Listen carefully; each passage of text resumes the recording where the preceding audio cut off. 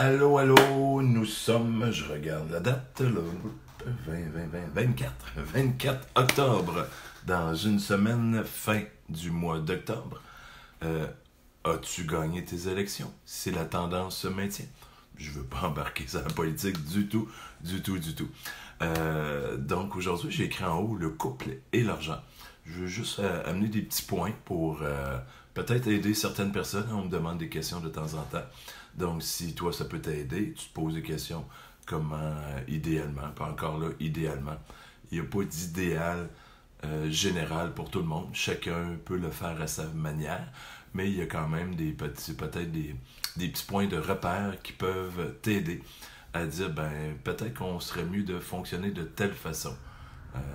Je vois pas qu'est-ce qui est écrit là. J'ai-tu le temps? Regarde, ok. Donc, une première chose, ben, ça peut être simplement que les deux dans le couple gardent chacun leur compte et il n'y a pas de transfert d'argent en tant que tel. Une personne paye plus ce qui est côté maison, l'autre personne paye plus le côté alimentation et autres dépenses. Donc, il y a comme un commun accord que et on essaie d'arriver le plus proche possible de 50-50, quoique je vais en parler un petit peu plus loin. Dans la deuxième étape, je peux tout de suite en parler. Deuxième étape, c'est d'avoir un compte et que chacun transfère. Est-ce qu'on fait 50-50? Si les deux dans le couple ont à peu près le même revenu, oui, ce sera un point de repère intéressant de dire, ben, on met le moitié-moitié. Je sais pas, moi, les dépenses mensuelles seraient à 1500, 2000, peu importe le montant, mettons 2000, ça va être plus facile. Bien, chacun met 1000$ par mois dedans. Et tout ce qui a rapport à la maison, l'habillement, l'hypothèque, oui, les assurances, déneigement, habillement, commun pour les enfants et tout ça, ça passe dans ce compte-là et il y aura toujours assez d'argent si chacun met à l'intérieur. Advenant le cas que une des deux personnes dans le couple gagne beaucoup moins que l'autre, allons-y un peu dans l'extrême, une personne gagne à peu près 20 000, l'autre en gagne 100 000, bien si on dit on met chacun 1000$ dans le compte, bien, on comprend assez rapidement que la personne qui aura 20 000, bien, elle aura plus beaucoup d'argent dans son compte pour se payer des petits luxes personnels. Tandis que la personne qui en gagne 100 000, qui met 1000$ par mois, ben, elle aura beaucoup plus de loisirs, cette personne-là, à s'offrir des choses personnelles, voyages, gros cadeaux, plus belles voitures et des choses comme ça. Donc, tu comprends que il y aurait peut-être un partage, dire, ben, une personne gagne les deux, vous savez, hein, dans le couple, combien vous gagnez, ben, si c'est assez égal, ben 50-50, mais s'il y a une certaine variation, ben, ça pourrait être intéressant pour que chacun, à son niveau de revenu, puisse avoir un certain montant d'argent pour pouvoir se payer ce qu'on appelle des revenus discrétionnaires. Donc, c'est un revenu que chacun dans le couple peut dire, ben ça c'est de l'argent qui reste dans mon compte à moi et j'en fais ce que je veux. Une dame veut s'acheter une nouvelle sacoche, des souliers, ben elle y va, elle n'a pas besoin de demander à son conjoint, est-ce que tu me permets de faire ça? L'homme veut aller, je sais pas, s'acheter une canne à pêche, un bâton de golf miraculeux à 1000$, ben si c'est dans son compte, il n'y a pas besoin de demander la permission. Mais quand c'est des dépenses communes dans le compte commun ou si vous y allez les deux, le couple y va dans chacun les comptes, ben là il y a discussion pour quand il y a des petits luxes de cette façon-là. Donc, j'espère que ça t'a éclairé un petit peu dans l'idée. Un point qui me vient là avant de terminer, je pense que c'est très très très important.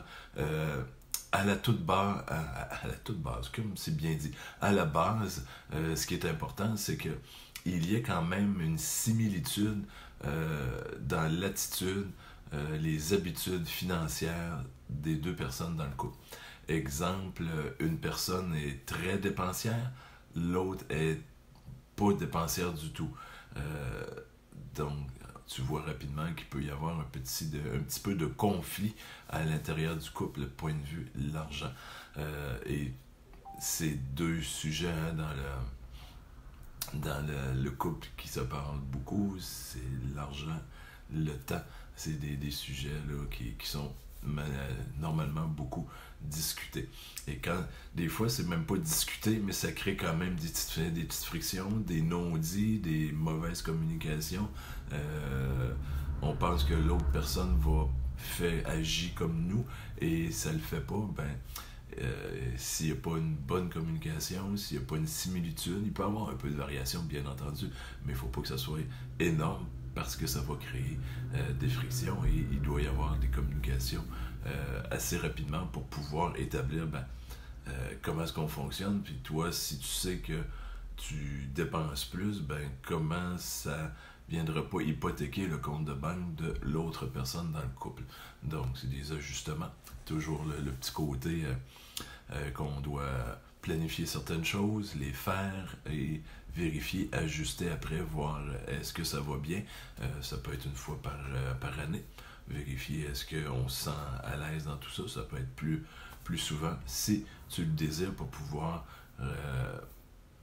aller dans une belle tendance pour qu'il n'y ait pas de friction, en tout cas, que le côté argent ne le soit pas. Si tu veux une magnifique formation, les fêtes s'en viennent. On est le 24, donc octobre, novembre, décembre.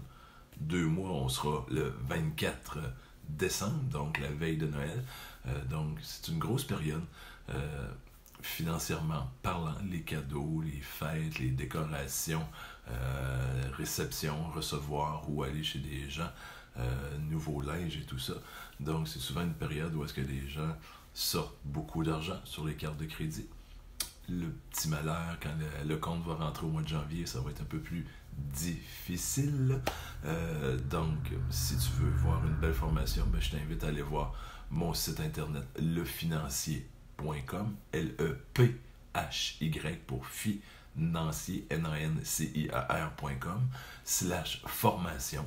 Donc, tu auras là, le descriptif d'une formation que j'ai capsulée, donc mis en vidéo, 1h30. Tu n'es pas obligé de la regarder en une fois. Ça peut être en plusieurs fois. La formation est séparée en 4 sujets bien précis que tu pourras voir descriptif sur la page formation. Et tu peux écouter une section à la fois ou même une demi-section à ton rythme et tu peux revenir, une fois que tu as le lien, tu peux revenir à ta guise pour pouvoir là, approfondir la matière. Je vais le mettre là, à la fin de la vidéo. Je vais mettre le lien là, pour que tu puisses aller au moins voir qu'est-ce que je peux t'offrir qui peut t'aider à améliorer ta situation financière à toi. Sur ce, bon jeudi, bon jour de paye et on se revoit à l'Halloween, le 31, c'est bien ça, c'est un jeudi, oui, 31 octobre. Est-ce que je vais me déguiser? C'est ce qu'on saura la semaine prochaine. Bonne journée.